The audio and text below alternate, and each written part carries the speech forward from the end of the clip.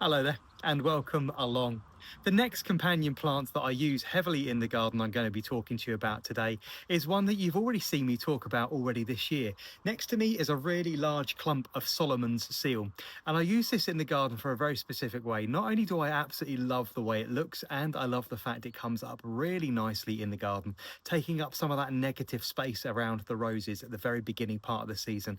This one is going to unfurl its leaves and come up from its large clump that it forms in the ground somewhere in the region of the beginning of March or the very beginning of April. It has really lovely, soft green foliage and unfurls itself very much like a fern.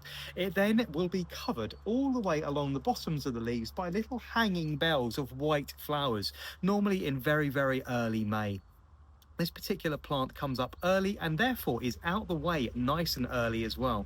But that's not the reason why I use it in the garden. I use it because it's absolutely adored by a whole host of caterpillars and insects. So if you're looking to plant something in the garden that only looks nice, is up early, like this one is in beginning part of April and May, flowers taking up that negative space while everything else fills out in the garden and then recedes, this is a really, really great plant. But I say really useful for another reason. It is adored by loads and loads of different insects. Everything that lays eggs and all of those things that go around your garden munching things will absolutely adore Solomon seal. And you can see, if I bring this leaf close to the camera, you can see it is simply covered by a whole host of several different species of caterpillar, all of which absolutely adore this. So if you struggle with, for instance, sawfly in the rose garden, which strip the leaves from your roses, Solomon seal is a really great herbaceous perennial to be planting.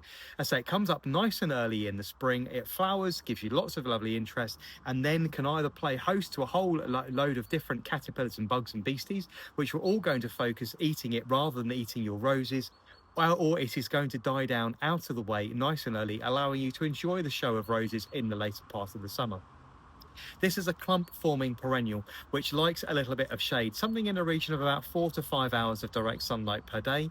It prefers a rich and moist soil on pretty much any aspect in the garden. I've got mine planted here at the foot of Gertrude Jekyll and a beautiful clematis, which I've got planted alongside. But I'm going to be talking to you a little bit more about clematis in the coming weeks and months as companion plants. But Solomon's seal is a fabulous, fabulous herbaceous perennial, which I really love, mainly for taking the pressure off the rose garden and just diverting the traffic and diverting a little bit of pressure away from the roses. If you find other caterpillars in the garden, the great technique is to simply remove the growth, cut off the stem from the rose that may be affected, and simply bring it to your clump of Solomon seal and allow them to feast on this rather than your very precious roses.